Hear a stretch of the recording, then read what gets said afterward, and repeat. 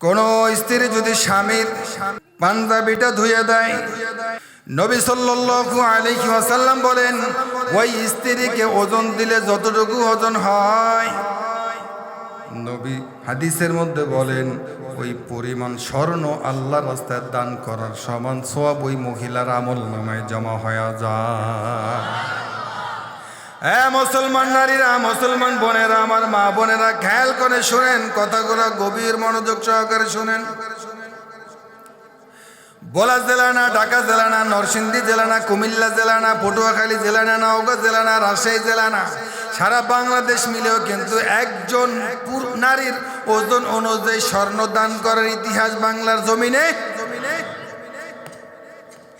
অথচ নবী সাল্লাল্লাহু আলাইহি ওয়াসাল্লাম বলেন শুধু স্বামীর পাঞ্জাবিটা স্ত্রী ধুয়ে দেওয়ার পর নবীর জবানে বলেন কোরআন যেমন সত্য, আমার নবীর জবানও তেমন সত্য। জোরে বলেন সুবহানাল্লাহ।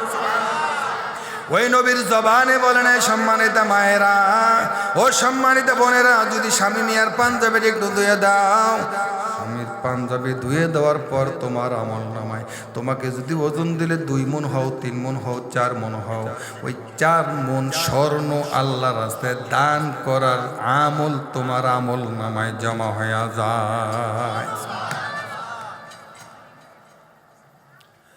শুধু তাই না মুসলমান, শুধু তাই না আমার সম্মানিত মায়েরা, স্বামীর যদি টুপিটা যদি আপনি দৌত করে দেন, নবী সাল্লাল্লাহু আলাইহি ওয়াসাল্লাম বলেন স্বামীর টুপি দোয়ার খাতিরে যদি আপনাকে যতটুকু মাফা হয়, যতটুকু মাফা হয়, ওই পরিমাণ রূপা আল্লাহর রাস্তায় দান করলে যে সব হতো, ওই পরিমাণ সব আল্লাহ রব্বুল আলামিন আপনি মহিলার আমল নামে দান করে দিবেন। বলেন সুবহানাল্লাহ। আজকে সমাজের ভিতরে সর্বগায়ে রোগ, ওষুধ দিব। মায়েরা বোনেরা খেয়াল করে শোনেন, কথাগুলো গভীর মনোযোগ সহকারে শোনেন। রাসূলের জামানায় মেয়ের বাসা হলো দোতলায় আর বাবার বাসা হইল নিচতলায়। স্বামী সুদূর সফরে রওনা দিয়েছেন। সুদূর সফরে রওনা দেওয়ার পর স্বামী স্ত্রীকে বলে যায়, ও বধূ, আমার জীবন সঙ্গিনী স্ত্রী, আমার অনুমতি ছাড়া দোতলা থেকে নিচতলাও যাওয়ার অনুমতি নাই। কারণ কি, একটা সময় বেঁধে দিয়ে গেছে। এই সময়ের ভিতরে স্বামী মেয়ে যত আসবাব, যত মাল দৌলত, যত কিছু প্রয়োজন স্ত্রীকে ব্যবস্থা করে দিয়ে অনুমতি নিয়ে গেছে যে ও স্ত্রী, তোমাকে আমি অনুমতি দিয়ে গেলাম, তুমি আমার অনুমতি ছাড়া দোতলা থেকে নিচতলাও নামবা না। বলেন সুবহানাল্লাহ। স্বামী এবার দূর সফরে রওনা দেওয়ার পর কিছুদিন পরে খবর চলে আসলো, নিচতলা থেকে উপরতলা খবর চলে যায়, ও কন্যা, তোমার বাবা অসুস্থ। নিচতলায় কার ঘর? জোরে কর। নিচতলায় বাবার ঘর, উপরতলায় মেয়ের ঘর। ওই নিচতলায় বাবার ঘর, নিচতলা থেকে দোতলায় খবর যায়, রে কন্যা, তোমার বাবাই নিচতলায় অসুস্থ বোধ করতেছে, তুমি একটু তোমার বাবাকে দেখে আসো। আল্লাহু আকবার, আল্লাহু আকবার। স্ত্রী বলতেছেন, ওই মেয়ে বলতেছেন, ও আমার আত্মীয় স্বজনেরা, আমার স্বামীর অনুমতি নাই, দোতলা থেকে নিচতলায় আমার বাবার কাছে গিয়ে আমি সাক্ষাৎ করবো। জোরে বলেন সুবহানাল্লাহ। সম্মানিত মায়েরা, হাদিসের মধ্যে আছে, তোমার বাবার বাড়ি থেকে যদি তুমি স্বামীর বাড়ি যাও, তোমার স্বামীর বাড়ি থেকে যদি তোমার বাবার বাড়ি যাও, অথবা তোমার খালার বাড়ি যাও, অথবা তোমার জেডির বাড়ি যাও, অথবা তোমার চাচাতো বোনের বাড়ি যাও, নবী সাল্লাল্লাহু আলাইহি ওয়াসাল্লাম বলেন, হে বধূ, হে স্ত্রীরা, হে ঘরের মা বোনেরা, তোমার স্বামীর অনুমতি ছাড়া যদি তোমার বাবার ঘরেও যাও, রাসূল সাল্লাল্লাহু আলাইহি ওয়াসাল্লাম বলেন, রাস্তার ডানের পাশের যত গাছ আছে, রাস্তার বাম পাশে যত গাছ আছে, মাটির নিচে যত পোকা আছে, আসমানের মধ্যে যত পাখি আছে, ডাইনে বামে যত কীট পতঙ্গ আছে, ডাইনে বামে যত পশু পাখি আছে, নবী সাল্লাল্লাহু আলাইহি ওয়াসাল্লাম বলেন স্বামীর অনুমতি ছাড়া যদি বাবার বাড়িও যাও, নবী সাল্লাল্লাহু আলাইহি ওয়াসাল্লাম বলেন রাস্তার ডানের পশু পাখি, রাস্তার ডানের তরুলতা গাছগাছালি, বামের সাইডের তরুলতা গাছগাছালি, পশু পাখি যা কিছু আছে, নবী সাল্লাল্লাহু আলাইহি ওয়াসাল্লাম বলেন নিচের থেকে উপর পর্যন্ত যত মাখলুকাত আছে সমস্ত মাখলুক ওই নারীর জন্য বদদুয়া দিতে থাকে। জোরে বলেন নাউজুবিল্লাহ। আল্লাহ মহিলাদেরকে হেফাজত করুক, বলেন আমিন। হে আমার মা বোনেরা, কলিজা ঠান্ডা হয়ে যাবে তোমাদের আচরণে যদি তোমরা পর্দার সাথে চলো। তোমরা যদি কালো বোরকা নিয়ে হাত মোজা পা মোজা নিয়ে রাস্তায় চলো, তাহলে দিল ঠান্ডা হয়ে যায়। আজকে তোমাদের চাল চলনের কারণে পুরুষ নষ্ট হয়ে যায়, তোমাদের চাল চলনের কারণে তোমার স্বামী নষ্ট হয়ে যায়, তোমার চাল চলনের কারণে তোমার দেবর তোমার দিকে নজর চলে যায়। ঠিক না ভাই? ঠিক। আরে জোরে বলেন ঠিক না ভাই? ঠিক।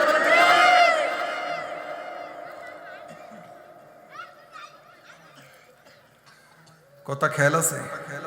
কোন তলায়? নিস্তারা থেকে খবর যায়, রে কন্যা তোমার বাবা অসুস্থ, একটু দেখে আসো।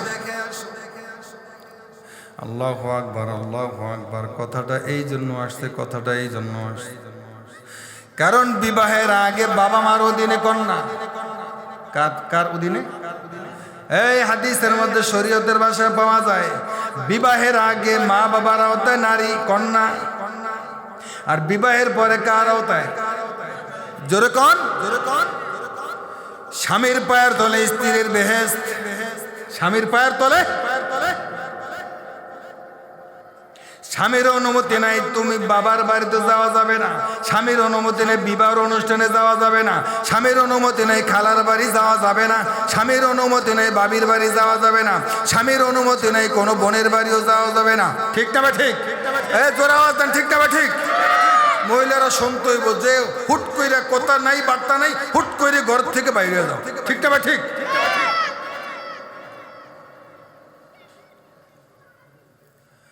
হ্যাঁ মা বোনেরা, আমার বন্ধুবর,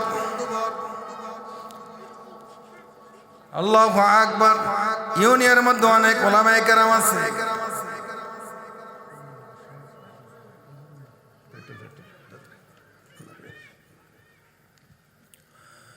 আল্লাহু আকবার, আল্লাহু আকবার। এবার ওই কন্যার কাছে যাওয়ার পর কন্যা বলে আমার স্বামীর অনুমতি নাই, আমি দোতলা থেকে আমার বাবার কাছে যাব। আল্লাহু আকবার। বাবার কাছে যাওয়ার অনুমতি নাই। শরীয়ত কেমন শরীয়ত, খেয়াল করেন বন্ধুরা আমার। আরো কিছুদিন যাওয়ার পর এবার বলে রে কন্যা, তোমার বাবার মুখে পানি দেয়। কি দেয়? তোমার বাবায় যায় অবস্থা। এ কন্যা, তোমার বাবায় যায় অবস্থা, তুমি তাড়াতাড়ি নিচে আসো, তোমার বাবার মুখে একটু পানি দিয়া যাও। কন্যা বলে ও আমার আত্মীয় স্বজনেরা, ও আমার বন্ধু বরেরা, আমার স্বামীর অনুমতি নাই। শরীয়ত বলে আমার স্বামীর অনুমতি না থাকার কারণে আমি দোতলা থেকে বাবার কাছে নিচতলে যাওয়ার অনুমতি নেই, যাইতে পারি না। জোরে জোরে বলেন সুবহানাল্লাহ। এ বন্ধু মুসলমান ভাইয়েরা আমার, এবার কিছুদিন যাওয়ার পরে বলে মানুষ বলতেছেন কেমন কন্যা, কেমন কন্যা। বাবার কথা শোনার পরেও বাবার বিপদের সময়, মরণাপন্নের সময় সাক্ষাতে আসে না, কেমন কন্যা।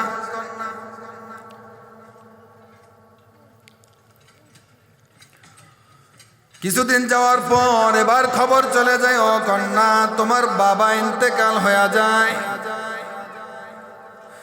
তোমার বাবা মারা গেছে, এবার তোমার বাবাকে একটু শেষ বিদায় দেখিয়ে আসো। কন্যা কান্দে আর বলে আল্লাহ,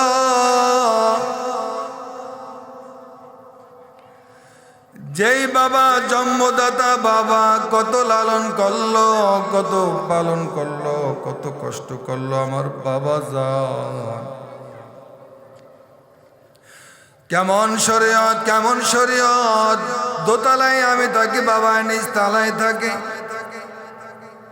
কেমন শরীয়ত, দোতলা থেকে নিচ তলায় নামিয়া বাবাকে আমি দেখতে পারি না।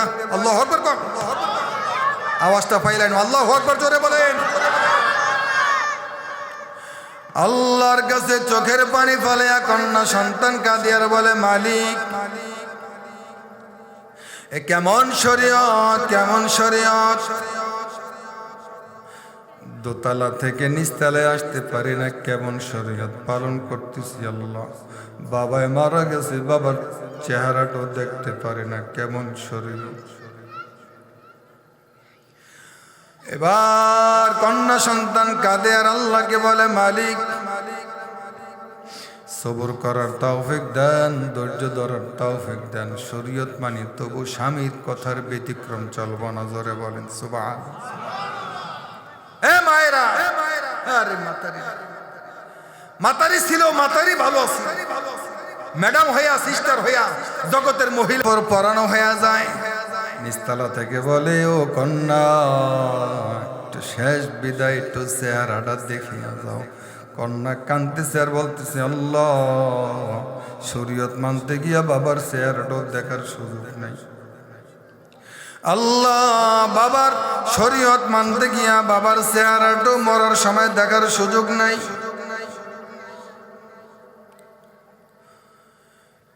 এবার বাবার জানাজা হয়ে যাওয়ার পর, জানাজার পরে লাশ যখন দাফন কার্যে নিয়ে গেল, দাফন কার্য শেষ হয়ে গেল। দাফন কার্য শেষ হয়ে যাওয়ার পর আল্লাহু আকবার হাদিসের মধ্যে পাওয়া যায়, ওই লাশকে নিয়ে দাফন কার্য শেষ হওয়ার পর কিছুদিন পরে স্বামী চলে আসছে। স্বামী আসার পর নজর করে দেখে ওই লোকের বাবা শ্বশুর মারা গেছে। শ্বশুর মারা যাওয়ার খবর তার কানে আসছে। এবার স্ত্রীকে কাছে গিয়া দেখে যে স্ত্রী কান্না করে। স্ত্রী কান্না করার পর স্ত্রীকে বলে, এই স্ত্রী তুমি কি দোতলা থেকে নিচতলায় তোমার বাবার কাছে যাও নাই? এই স্ত্রী বলে, স্বামী ও স্বামী আমার, শরীয়ত এমন একটা গুরুত্বপূর্ণ বিষয়,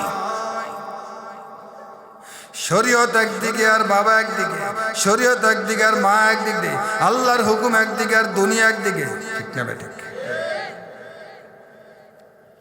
আল্লাহু আকবার। স্ত্রীও ঘুমায় যায়, স্বামীও ঘুমায় যায়, স্বামীও ঘুমায় যায়, স্ত্রীও ঘুমায় যায়। আল্লাহু আকবার, আল্লাহু আকবার। কন্যা সন্তান এবার স্বপ্নে দেখতেছেন বাবার কবরে আযাব চতুর্দিকে গ্রেফতার হয়ে গেছে। যেই বাবাকে স্বামীর শরীয়ত পালন করার কারণে বাবার লাশ দেখতে পারল না, সেই বাবার কবরের চতুর্দিকে আযাব হয়ে আযাবে গ্রাস করতে পারতেছে না। আল্লাহু আকবার, আল্লাহু আকবার। আল্লাহ রাব্বুল আলামিন ওই কন্যা সন্তানকে স্বপ্নের মধ্যে দেখায় দেয়, এ কন্যা, আমার বান্দি, তোমার শরীয়তকে তাজা করার কারণে, তোমার শরীয়তকে মানার কারণে, তুমি স্বামীর কথা মানার কারণে, আমার শরীয়তের পুরাপুরি পায়রবি করার কারণে, আমার শরীয়তকে পুরাপুরি মানার কারণে আমি আল্লাহ রাব্বুল আলামিন তোমার বাবার যে বদ আমল ছিল, বদ আমলের কারণে আযাব নির্ধারণ ছিল, তোমার এই শরীয়তকে জিন্দা করার খাতিরে আমি আল্লাহ রাব্বুল আলামিন তোমার শরীয়তকে পছন্দ করিয়া তোমার বাবার কবরে আযাবকে আমি আল্লাহ তাআলা মাফ করে দিয়েছি। নারে তাকবীর। হযরত বাইজিদ বুস্তামি রাহমাতুল্লাহি আলাইহি, আল্লাহু আকবার। বাইজিদ বুস্তামি রাহমাতুল্লাহি আলাইহি যখন মারা যায়, বাইজিদ বুস্তামি রাহমাতুল্লাহি আলাইহি মারা যাওয়ার পর শাগরেদ বলে, ও বুজুর্গ আল্লাহর ওলি, আপনি যে মারা গেছেন, আল্লাহ রাব্বুল আলামিন কবরের মধ্যে আপনার সাথে কেমন আচরণ করেছে, কি আচরণ করেছে? শাগরেদকে বলে, শাগরেদ, আমি দুনিয়াতে হাদিস মাসআলার জ্ঞান, ইলমের যত জ্ঞান, যত আখলাক ওয়ালার জ্ঞান, আল্লাহ ভাগের আসমানি ইলম, জমিনের ইলম, যত ইলম আছে অনেক ইলম অর্জন করেছে, দ্বীনের জন্য অনেক খেদমত, অনেক খেদমত করার পর আল্লাহ রব্বুল আলামিনের কাছে আমার কোনো আমল কবুল হয় নাই। মানুষের এত খেদমত করলাম, দিনের এত খেদমত করলাম, কত আমল করার চেষ্টা করলাম কোনো আমলই কবুল হয়নি। তবে বাইজিদ বোস্তামি রহমাতুল্লাহি আলাইহি বলেন, আল্লাহ রব্বুল আলামিন আমার একটা আমল কবুল করেছেন, এমন কবুল করেছেন, ওই আমলকে কবুল করি আল্লাহ রব্বুল আলামিন আমার নামটা জান্নাতের খাতায় লিখি আল্লাহ নিজে খুশি হয়ে জান্নাত দান করে দিয়েছেন। বাইজিদ বোস্তামি রহমাতুল্লাহি আলাইহি বলেন, এই শাগরেদ, আমি একদিন ঘুমের ঘরে শোয়া, প্রচুর বৃষ্টি হয়, অনেক বৃষ্টিপাত হয়, অনেক বৃষ্টিপাত হয়। আমার এলাকার ডানে বামে সামনে পিছনে অত্র এলাকার মধ্যে একটা বিড়াল ছানা বৃষ্টিতে ভিজিয়া অমুকের দরজায় যায়, অমুকের দরজায় যায়, অমুকের দরজায় যায়, অমুকের দরজায় যায়। অনেক মানুষের দরজায় যাওয়ার পর ওই যে আল্লাহ রব্বুল আলামিনের যে একটা মাখলুক বিড়াল বৃষ্টিতে ভিজিয়া আল্লাহু আকবার, কোনো মানুষের দরজায় যাওয়ার পর কোনো মানুষ দরজা খোলে নেই, বিড়ালটা বৃষ্টিতে ভিজিয়া চৈচার হয়ে যায়, কিন্তু কোনো মানুষ ওই বিড়ালের জন্য দরজা খুলে দেয় নাই। বাইজিদ বোস্তামি রহমাতুল্লাহি আলাইহি বলেন, ও শাগরেদ শোনো শোনো, আমার ঘরের দরজা যখন বৃষ্টি ভেজা বিড়াল আসলো, আমার দরজায় বৃষ্টি ভেজা বিড়াল যখন আমার দরজার একটু ঠক ঠক করলো, মাথা দিয়ে আমার দরজার একটু ঠক ঠক করলো, আমি আওয়াজ পেলাম। আওয়াজ পাওয়ার সাথে সাথে ওই বৃষ্টি ভেজা বিড়ালটাকে ঘরের মধ্যে নিলাম। ঘরের মধ্যে নেওয়ার পর ওই বিড়াল ছানাকে আমার শুকনা কাপড় দ্বারা বিড়ালকে আমি মুছিয়া দিলাম।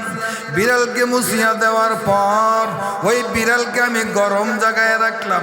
গরম জায়গায় রাখার পর আমি যেই বিছানায় ঘুমাই, বিড়ালকে আমি কিছু খাদ্য দিয়া আমার বিছানার সাথে একটু উল কম্বল দিয়া বিড়ালটাকে আমি ডাকিয়া দিলাম। আল্লাহ রব্বুল আলামিন ওই বিড়াল ছানা, বৃষ্টি ভেজা বিড়াল ছানাকে যেই যত্নটা করলাম, আল্লাহ রব্বুল আলামিন ওই বৃষ্টি ভেজা বিড়াল ছানাকে খেদমত করার খাতিরে আল্লাহ রব্বুল আলামিন এই আমলকে কবুল করে আমার নামটা আল্লাহ জান্নাতের মধ্যে লিখে দিয়েছে। সুবহানাল্লাহ। ওই নারী ছিল প্রভাবশালী নারী। ওই নারী প্রভাবশালী হওয়ার কারণে ওই বুখারী দর্শের ছাত্র চিন্তা করে, যদি আমি এখন মজলিসের মধ্যে না বলে দেই তাহলে আমাকে জোর প্রয়োগ করে তার কামরার মধ্যে নিয়ে আমাকে অত্যাচার করবে, অবিচার করবে। ওই ছাত্র বুখারীর দর্শের ছাত্র, যিনি বুখারী শরীফ পড়ে, ছাত্র বলে যে হ্যাঁ ম্যাডাম আমি রাজি, আমি তৈয়ার। বলে আমাকে একটু সুযোগ দেন, সময় দেন, একটু আসতেছি, আমি আপনার প্রস্তাবে রাজি। ওই যুবক ছেলেটা, যেই ছেলেটা ছাত্র বুখারীর দর্শের মধ্যে একটু পরে যাবে, শাহ আব্দুল আজিজ রহমাতুল্লাহি আলাইহি বুখারীর দর্শে বুখারী শরীফ পড়ায়। ওই ছাত্র যুবক কিছু দূর যাওয়ার পর ওই ছেলেটা বাথরুমের কাছে গিয়া, হাম্মামের মধ্যে গিয়া, বাথরুমের থেকে কিছু ময়লা গায়ের মধ্যে মাখিয়া ওই মহিলার কাছে আসিয়া বলতেছেন, আমি হাজির, আপনি আমার দ্বারা কি কাম করাইবেন আমি রাজি। আল্লাহু আকবার কোন। এ মুসলমান বন্ধু, নিজের গায়ের মধ্যে কেউ কি বাথরুমের পায়খানা লাগায়? ওই তালেবে ইলম এত আল্লাহকে ভয় করে, এত আল্লাহকে ভয় করে। আল্লাহু আকবার। ছাত্র গায়ের মধ্যে পায়খানা মাখিয়া ওই রূপসী কন্যার কাছে আসে হাজির, বলে যে ও রূপসী কন্যা, এখন কি অনুমতি দিবেন, তাড়াতাড়ি অনুমতি দেন। এই মহিলা এই দৃশ্য দেখার পর বলে যে তুমি দূর হয়ে যাও, আমার মজলিস থেকে বের হয়ে যাও। সাঙ্গপাঙ্গকে অর্ডার করলো, তাড়াতাড়ি এই যুবককে আমার কাছ থেকে দূরে সরাও।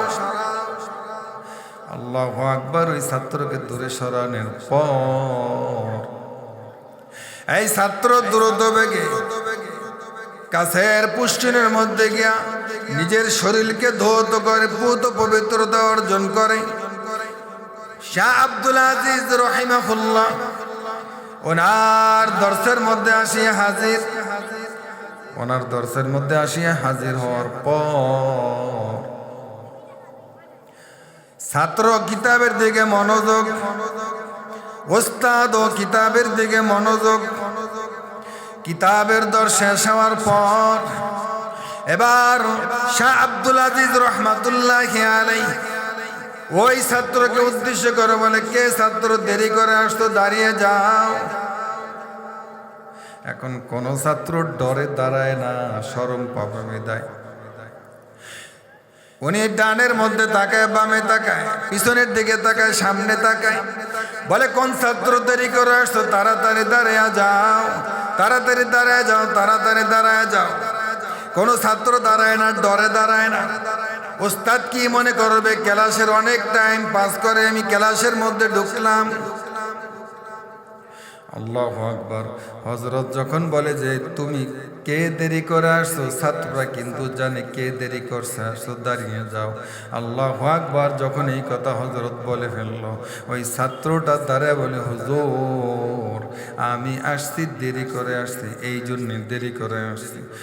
ওই ছাত্র শাহ আব্দুল আজিজ রহমাতুল্লাহি আলাইহির কাছে বলতেছেন, হুজুর আমি পথের মধ্যে একটা সুন্দরী কুমারী রমণীর কাছে আমি গেলাম, তার ডাকে সাড়া দিলাম। সে আমাকে তার চরিত্র নষ্ট করার জন্য, আমার চরিত্রকে হরণ করার জন্য সে আমাকে কুপ্রস্তাব দেয়। কুপ্রস্তাব দেওয়ার পর দেখি আমি তার থেকে বাঁচতে পারবো না, এই জন্য আমি রাজি হয়ে যাওয়ার পর আমি কিছু সময় তার থেকে রুখসত নিয়ে আমার গায়ের মধ্যে বাথরুমের মল লাগাইলাম, পায়খানা লাগাইলাম। তারপরে তার কাছে যাওয়ার পর সে আমাকে এই দুর্গন্ধ দেখে সে আমাকে দূরে সরাইয়া দিছে। আমি তাড়াতাড়ি করে গোসল করে আমার এই কিতাবের দর্শের মধ্যে এসে হাজির হয়েছি, এই কারণে আমার দেরি হয়ে গেছে। শাহ আব্দুল আজিজ রহমাতুল্লাহি আলাইহি বলেন, এর ছাত্র আমি তো এই জন্যে তোমাকে দাঁড়াইছি, এই জন্যে তোমাকে দাঁড়া করাই নাই। যখন এই ছাত্র তুমি আমার রুমের মধ্যে প্রবেশ করেছো, ক্লাসের দর্শে প্রবেশ করেছো, বুখারীর হাদিসের দর্শে প্রবেশ করেছো, আল্লাহু আকবার, আমি আল্লাহ পাকের জাতে পাকের কসম খেয়ে বলতেছি, তখন তুমি আমার ক্লাসের মধ্যে ঢুকেছো, আমি সরাসরি জান্নাতের মেশকে আম্বরের ঘেরান আমার নাকের মধ্যে এসে হাজির হয়ে গেছি। আমার নাকের মধ্যে দেখি আমি জান্নাতের মেশকে আম্বরের ঘেরান পাওয়া যায়। আমি এই জন্য কিং কর্তব্য বিমূঢ় হয়ে গেলাম, আশ্চর্যান্বিত হলাম। এমন কোন ছাত্র, এমন কোন ছাত্র যে আমলের কারণে, যেই আমলের কারণে আল্লাহ খুশি হইয়া ওই ছাত্র ক্লাসের মধ্যে ঢোকার কারণে জান্নাতের মেশকে আম্বরের ঘেরান পাওয়া যায়। আমি এই জন্যে ছাত্র তোমাকে আমি এই ক্লাসের মধ্যে দাঁড় করায় দিছি, যাতে আমি তোমাকে বুঝতে পারি, চিনতে পারি তুমি একজন নেককার ছাত্র। জোরে বলেন সুবহানাল্লাহ। ঈসা আলাইহিস সালামের জমানায় এক লোকের খালি ধন সম্পদ বাড়ে। ধন সম্পদ, গরু যদি একটা হয়, কিছুদিন পরে দেখা যায় তার দুইটা গরু। যদি খ্যাত এক কানি হয়, তাহলে কিছুদিন পরে দেখা যায় খ্যাত তার কয় কানি? দুই কানি। ওই লোক চিন্তা করে, আমিও তো তার এলাকার মানুষ। নবী সাল্লাল্লাহু আলাইহি ওয়াসাল্লাম বলেন, ইয়্যাকুমুল হাসাদ, তোমরা হিংসা থেকে বেঁচে থাকো। ফাইন্নাল হাসাদা ইয়াকুলুল হাসানাত, কেননা হিংসা সকল আমলগুলা বরবাদ করে ফেলে। নামাজ পড়ছে এটা বরবাদ হয়ে যায়, রোজা রাখছে এটা বরবাদ হয়ে যায়, জাকাত দিছে এটা বরবাদ হয়ে যায়, দান সদকা করেছেন এটা বরবাদ হয়ে যায়, মানুষকে উপকার করেছেন এটা বরবাদ হয়ে যায়, রমজানে গরিবকে সিরা ডাইল বুট কিনে দিয়েছেন ইফতারের জন্য এটা বরবাদ হয়ে যায়, অন্য অন্য যত নেক আমল করেছেন এটা বরবাদ হয়ে যায়। কি করার কারণে? জোরে বলেন।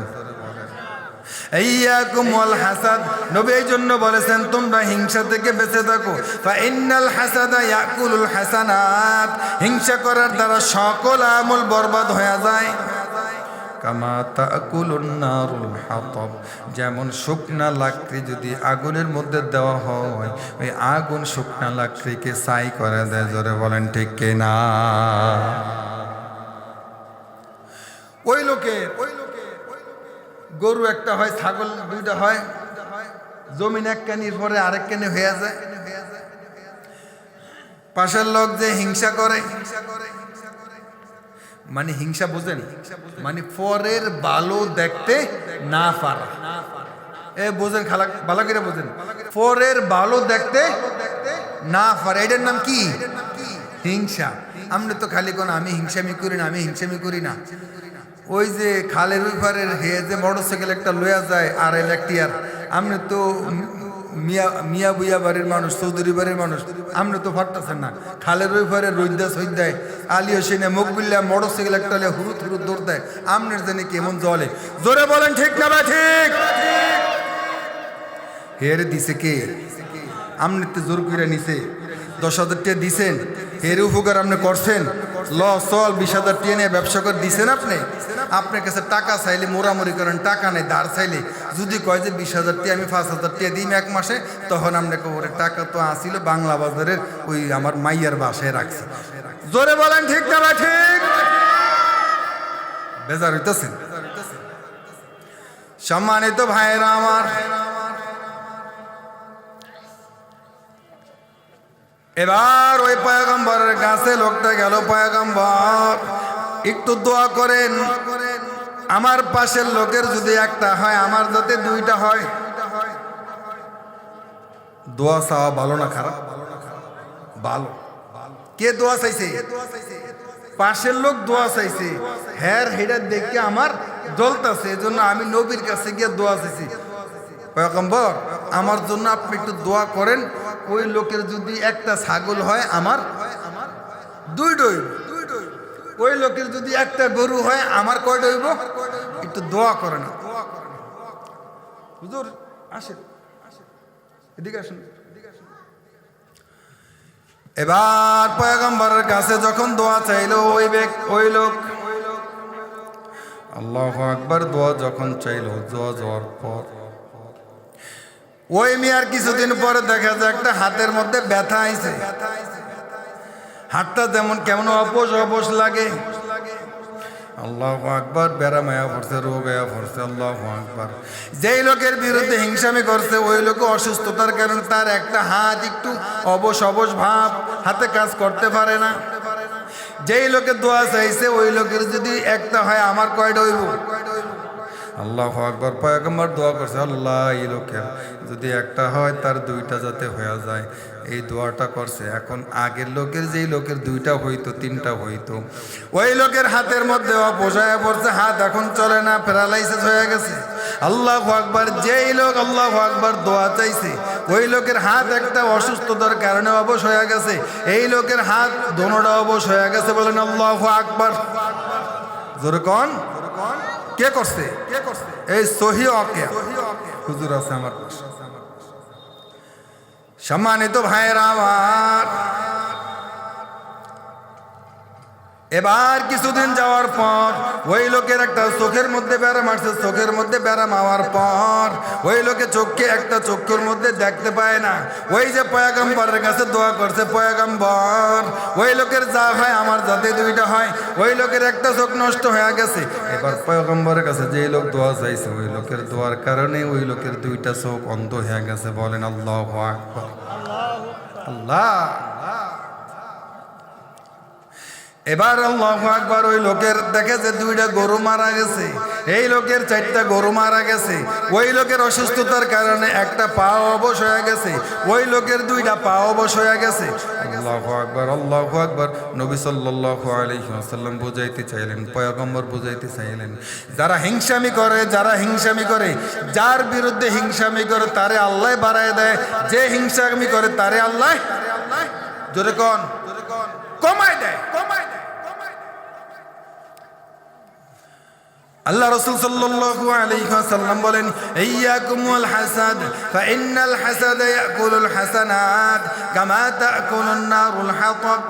তোমরা হিংসা করিও না, হিংসা করিও না, কারণ যে মূর্খ তারও আল্লাহ সম্পদ দেয়, যে জ্ঞানী তারও আল্লাহ সম্পদ দেয়।